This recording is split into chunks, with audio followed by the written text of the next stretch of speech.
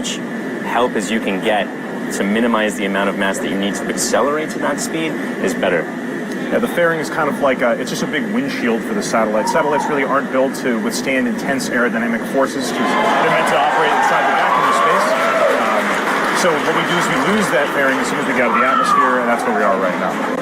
Yes, and so look at that. You can see that the first stage grid fins are deployed. Now those grid fins are powered by nitrogen thrusters, and they're used to actually steer and guide the rocket back down to Earth. They're useful both at high speeds when you're moving at very supersonic and again when you're starting to move slower, but not when you're going through the transition of the speed of sound. They become less helpful. All right, we're going to go to John I. We're at T plus 5.5 minutes into the flight. Second stage continuing to head downrange as we go into what will be the first of two orbits, the low Earth orbit, followed by a coast phase, then a reignition of the second stage engine later on this morning to get the 10 Iridium satellites into their final orbit. Now currently you can see the nozzle, well you can't see the nozzle of the second stage because we're showing you the first stage right now.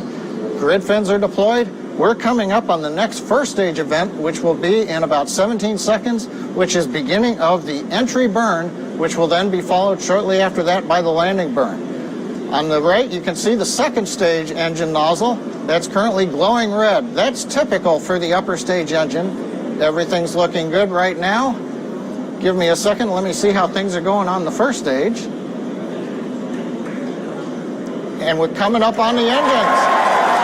We have boost back burn.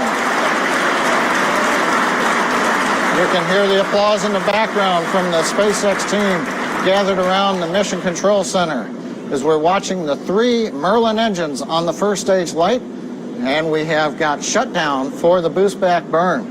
So currently we're coming up on T plus 7 minutes. Second stage continues to head into orbit. First stage is coming back to the drone ship. Let's go bound to the floor for the landing burn and the entry into orbit of the second stage. So as you just saw, the re-entry burn for the first stage has just completed and looks successful. You can still see camera footage from the first stage descending down. Hopefully we'll be able to maintain video all the way down to the drone ship. What a great shot that is. It's beautiful. Now, so as you know, sometimes we lose that video in the drone ship. There's a lot of vibrations happening there. We're going to try our best to keep that link, and hopefully once that landing burn hits, we'll catch it, we'll see it visually, and if all goes well, Falcon 9 will be standing proud there on the deck of our drone ship. You may have noticed little puffs of what looked like smoke coming out from between the grid fins every once in a while. Those are part of the attitude control system.